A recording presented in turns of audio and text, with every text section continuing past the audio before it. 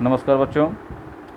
अभी मैं आपके सामने लेकर आया हूँ क्लास सप्तम वर्ग सप्तम का प्रथम अध्याय हम पंछी उन्मुक्त गगन के, जिसके कवि हैं शिवमंगल सिंह सुमन।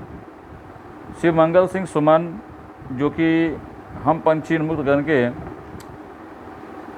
कवि हैं, और उन्होंने इस कविता के माध्यम से पक्षियों के विचारों को व्यक्त करने का काम किया है। हम पंछी उन्मुक्त गगन के पिंजर बंद ना गा पाएंगे, कनक तीलियों से टकराकर पुलकित पंख टूट जाएंगे। शिवमंगल सिंह सुमन कहते हैं कि पक्षी मानवों से यह कहना चाहते हैं कि हम पंछी अर्थात हम किसी पिंजरे में बंद रहकर अपने जीवन को जीना नहीं चाहते,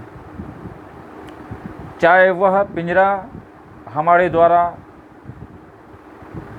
मानवों के द्वारा जो चाहे वह सोने का हो, चांदी का या किसी भी पदार्थ का हो बना हुआ, वह यह पक्षी नहीं चाहते। यहाँ पिंजरे का अर्थ गुलामी होता है, दास्ता होती है जो एक प्राणी स्वीकार नहीं कर पाता है।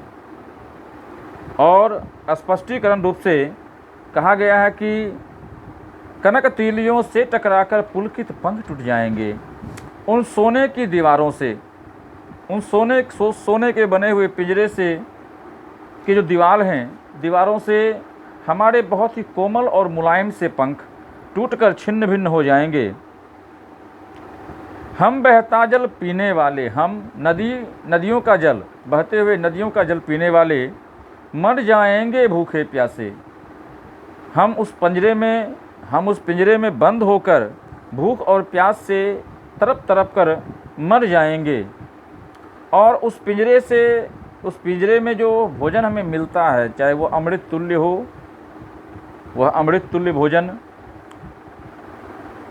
जो हमें प्राप्त होता है, वह कहीं या उससे कहीं अच्छी हमारी वह भोजन है जो हम जंगलों में उड़कर कड़वे फलों को जो खाते हैं। वे कड़वे फल उस बंद कटोरी में पड़े हुए रस वाले पदार्थों से कहीं ज़्यादा सुंदर है। कनक कटोरी की मैदा से, मैंने पहले ही कहा है कि सोने की कटोरी में दिया गया रस वाला भोजन, रसयुक्त भोजन भी फीका है उस जंगल के कड़वे फलों से। स्वर्ण श्रृंखला के बंधन में, अर्थात सोने के उस पिंजरे में जो हम बंद कर पड़े हुए हैं, अपनी गति उड़ान सब भूले। उस पिंजरे में बंद होकर हम अपने मन की स्वच्छंद गति को भूल चुके हैं। बस सपनों में देख रहे हैं तरु की पुनगी पर के झूले। और जो हमारा जीवन पर्यंत एक आशा होती है कि हम पेड़ की डालियों पर उड़ सकें, चढ़ सकें और आसमान की ऊंचाइयों को छू सकें, वह केवल और केवल अब मैं अपने सपनों में देख पा रहा हूँ। ऐसे थे अरमान की उड़ते नील गगन की सीमा पाने। और हमारे अरमान थे कि हम नीले आसमान में उड़ते और उसकी बुलंदियों को छू पाते, जो केवल हमारी अब केवल और केवल एक आशा ही बनकर रह जाती है। लाल किरण सी चोंच खोल चुगते तारक अनार के दाने।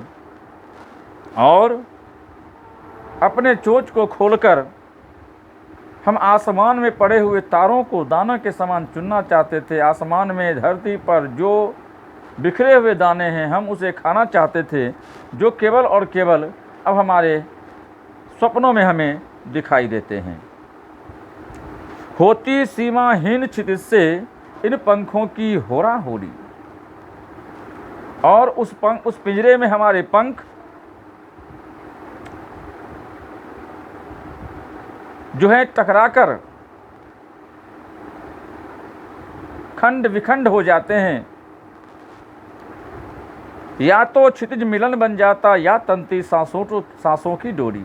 अब हमारी एक ही कल्पना है कि या तो हमारा आसमान के साथ मिलन हो जाता, या आसमान में हम उड़ पाते, या हमारे सांसों को प्रभु हमसे मुक्त कर देता।